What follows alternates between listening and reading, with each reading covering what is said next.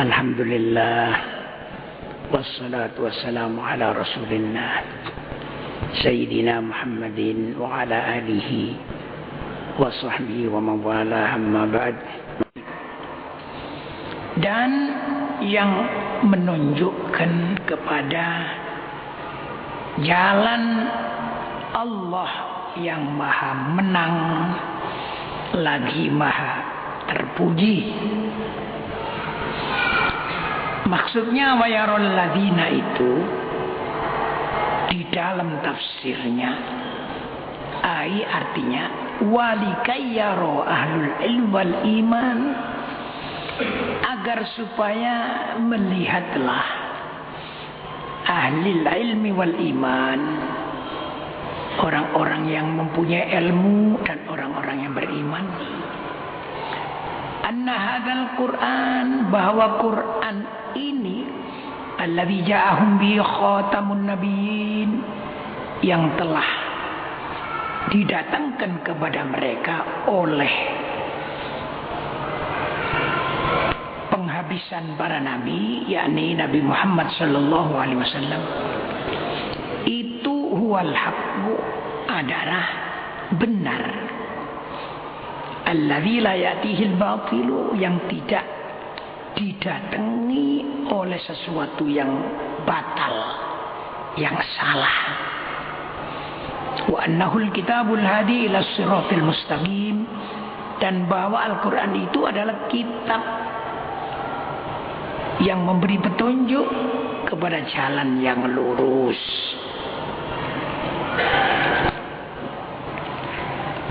Wa qala alladzina kafaru,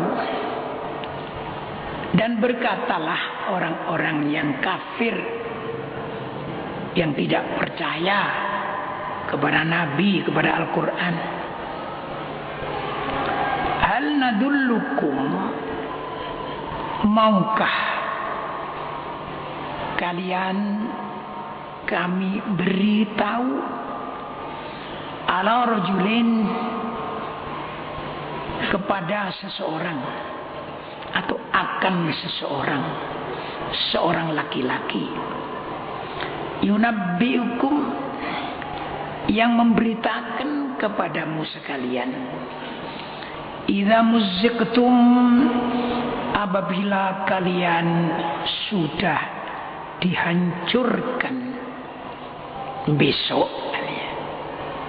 kullu mumazzakin, dengan segala kerusakan, artinya dihancurkan benar-benar.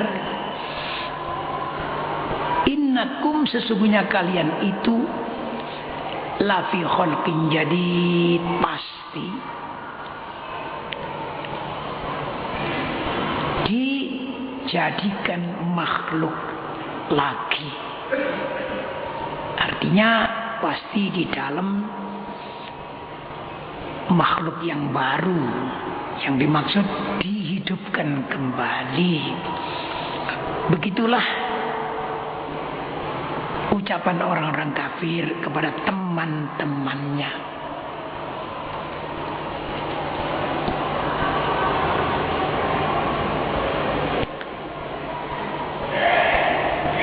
Orang ini berkata, katanya begini, innana idza mitna, sesungguhnya kita ini apabila telah meninggal, wa muzziqat ajsaduna, dan telah dihancurkan jasad-jasad kita, tubuh-tubuh kita, wa sarat turaban wa rufata, dan telah menjadi debu dan hancur, annana, bahwa kita ini, sanub'atu, akan dibangkitkan, wa nukhlaqu khalqan jadidan, dan akan dijadikan lagi makhluk yang baru. Itu mereka mengatakan begitu. Aftara 'ala Allahi kadiban, am bihi jinnatun. Maksudnya ai hal kadzaba Muhammadun Allah, apakah Muhammad itu membuat-buat kebohongan atas nama Allah? Ambihi jinnatun, apakah pada Muhammad itu ada sifat gila? Artinya apakah Muhammad itu bohong atas nama Allah atau dia itu orang gila? Katanya ini dalam tafsir ini, fahuwa yatakallamu bima la yuqal, bahwa Muhammad itu berbicara dengan sesuatu yang tidak masuk akal, kata mereka ini. Lalu dijawab oleh Allah Subhanahu wa taala atas kebodohan mereka itu, balil ladina la yu'minuna bil akhirati fil adabi wad dhalalil ba'id. Sebaliknya, orang-orang yang tidak beriman kepada akhirat itu, mereka tetap di dalam siksa dan kesesatan yang jauh. Tafsirnya dijelaskan, laisal amru kama yaz'umun.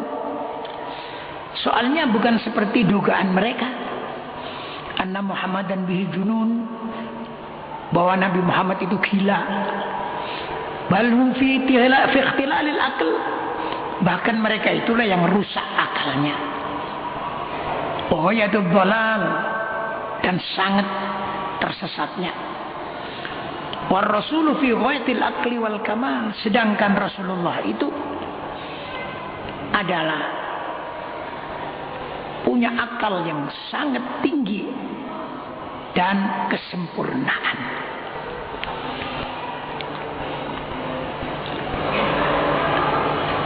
Selanjutnya oleh Allah diperingatkan, afalam yarau, apakah mereka tidak melihat, ila ma baina aydihim, kepada apa yang di hadapan mereka, wa ma khalfahum, dan apa yang di belakang mereka, minas samai, berupa langit, wal ardi, dan bumi. Jadi mereka diperingatkan ini. Tafsirnya, afalam yushahidu dalaila qudratil khaliqis salih al-mubdi al-hakim. Apakah mereka tidak menyaksikan dalil-dalil, bukti-bukti qudratil khaliq as-salih, kekuasaan Maha Pencipta yang menjadikan al-mubdi al-hakim, yang menjadikan segala sesuatu tanpa contoh, dari permulaan, al-hakim yang maha bijaksana, fima haulahum minas samai wal ard, yang ada di kanan kiri mereka berupa langit dan bumi. Afala yatadabbaruna dzalik, apakah mereka tidak mau berpikir tentang itu? Liya'lamu, supaya mereka itu ngerti, annalladzi khalaqahum minal adam, bahwa Allah yang telah mentitahkan mereka, menciptakan mereka dari yang asalnya tidak ada, itu qadirun, adalah maha kuasa, maha mampu, ala ihyaihim ba'dal maut, untuk menghidupkan mereka kembali setelah mati. Selanjutnya, lantas Allah mengancam.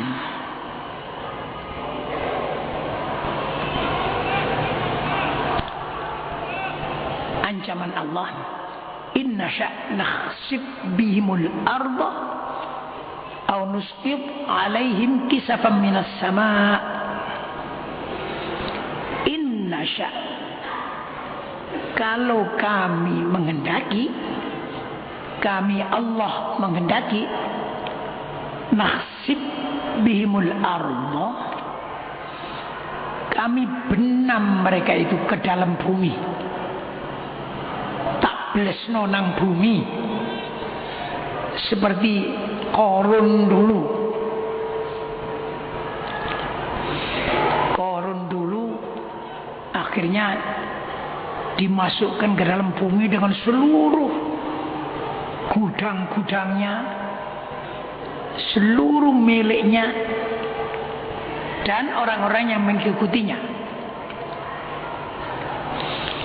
Au nusqut alaihim kisafan minas sama, atau kami jatuhkan kepada mereka kisafan, lempengan-lempengan besi, minas samai, dari langit.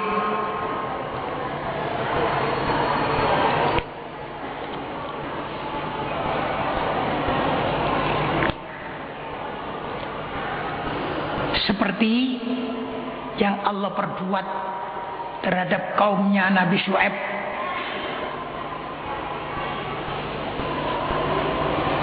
Andai kata begitu, dalam tafsir diterangkan, famin aina lahumil mahrab, maka dari mana mereka bisa melarikan diri atau menyelamatkan diri.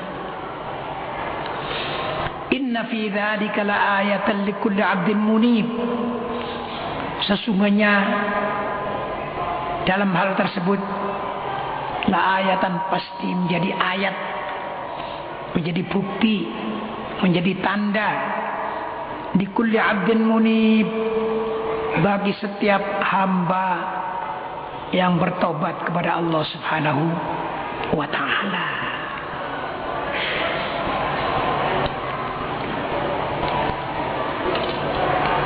Selanjutnya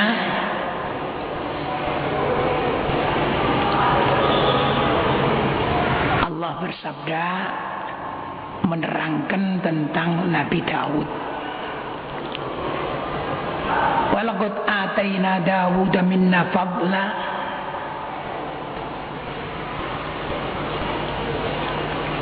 dan demi Allah, qad ataina, sungguh kami Allah telah memberikan Dawud kepada Nabi Daud, minna, dari kami Allah, fadlan, keutamaan.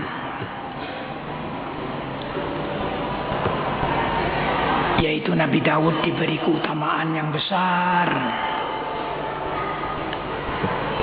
Dalam tafsir diterangkan, faqad jama'na lahu bainan nubuwwat wal mulk, maka sungguh telah kami kumpulkan untuknya bainan nubuwwat wal mulk, antara kenabian dan kerajaan.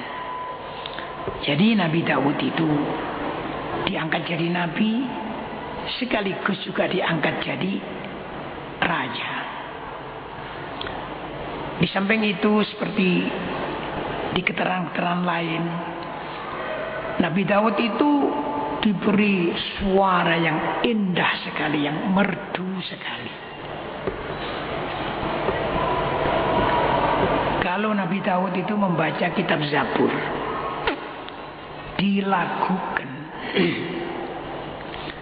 gunung-gunung itu ikut, sampai mendengarkan, ikut membaca. Ya, dengan bahasanya sendiri. Burung-burung itu juga begitu. Keistimewaan Nabi Daud, suaranya bagaikan seruling yang luar biasa.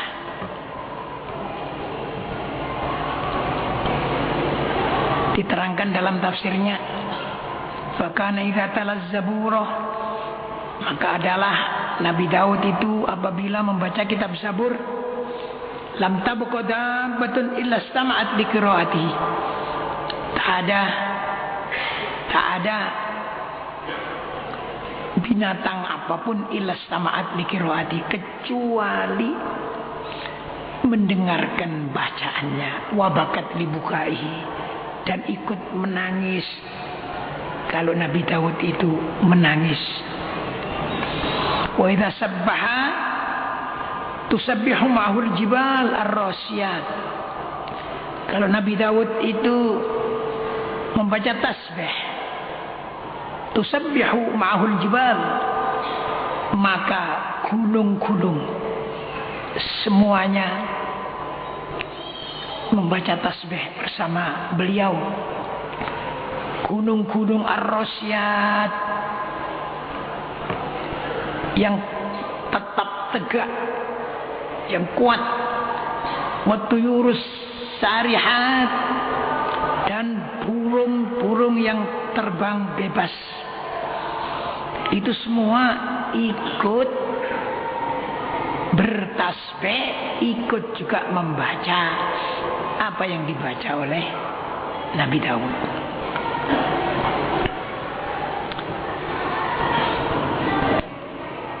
Di samping itu diberi keistimewaan lagi, wa'alanna lahul hadida, wa'alanna, dan kami buat lunak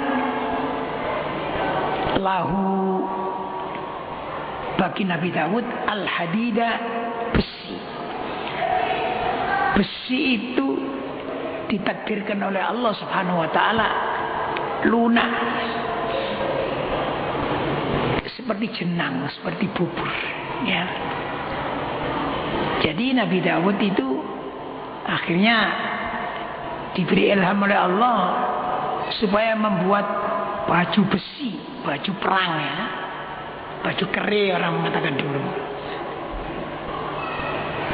Sebelum Nabi Daud kalau orang membuat itu mesti dipukul, dibakar. Tapi Nabi Daud tidak. Jadi besi itu menjadi lunak, dipegang, diatur tanpa api, tanpa dipukul dengan palu, ya. Pokoknya diatur dengan tangan sehingga menjadi baju kere atau baju besi yang bagus. Ini adalah merupakan mukjizat yang diberikan kepada Nabi Daud itu.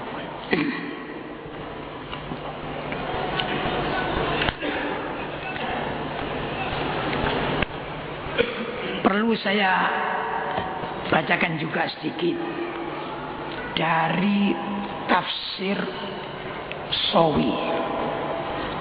Sawi itu hasyiah kitab tafsir Jalalain. Wa alanna lahul hadid, dan telah kami lemaskan lahu buat Nabi Daud al-hadidah, besi. Sababu dzalik, sebabnya besi dilunakkan untuk Nabi Daud itu, sebabnya annallahu ta'ala arsala malakan fi surati rajulin, bahwa Allah telah mengutus seorang malaikat dalam bentuk seorang laki-laki. Fasa'alahu Dawudu an hali nafsihi, lantas Nabi Daud tanya kepada malaikat itu mengenai keadaan dirinya. Faqala lahu, lantas Nabi Daud itu berkata kepada malaikat itu, begini kata-katanya, ma taqulu fi Daud, apa yang engkau ucapkan mengenai Daud?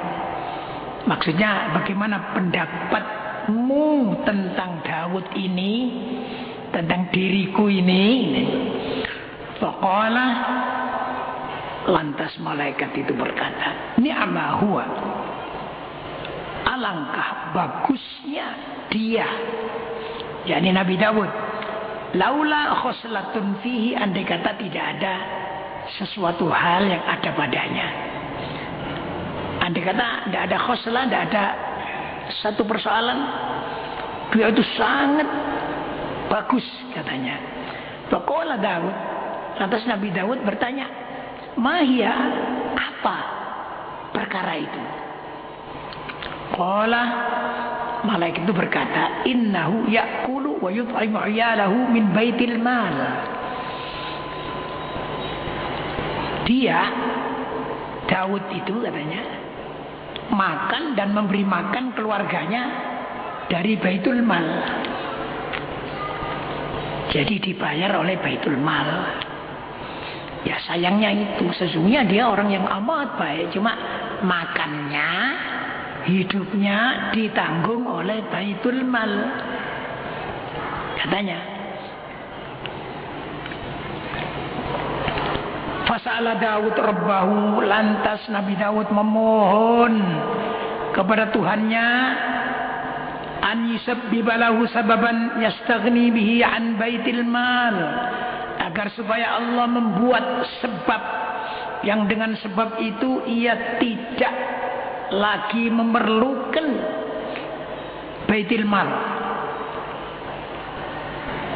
Jadi minta pada Allah. Lantas kontannya Allah, fa'alanallahu lahul hadid, lantas Allah melemaskan untuk dia al-hadid, besi itu. Wa'allamahu san'atad duru, lantas Allah mengajar dia dengan ilham tentunya membuat duru, membuat baju besi, baju perangnya.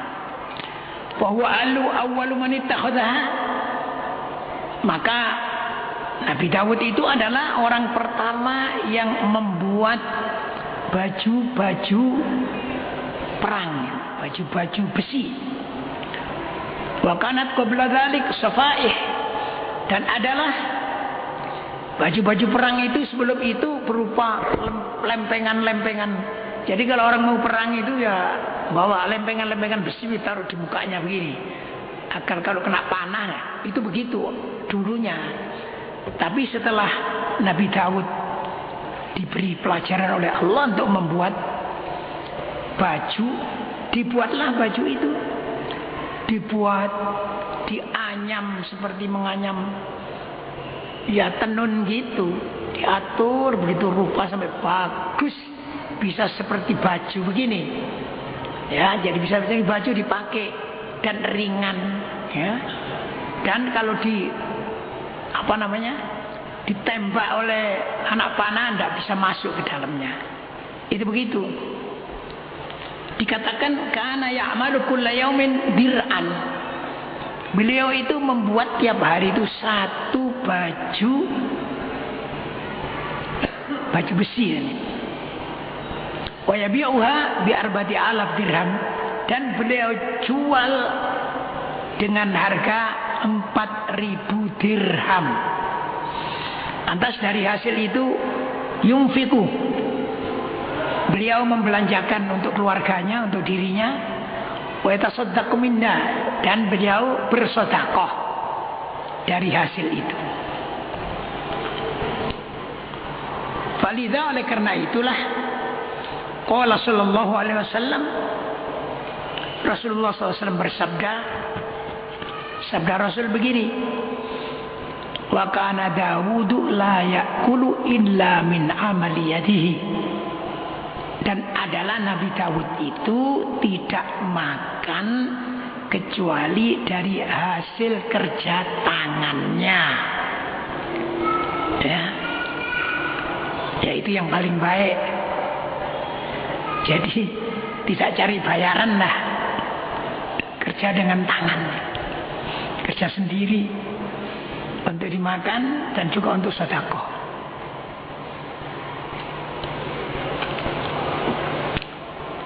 Dan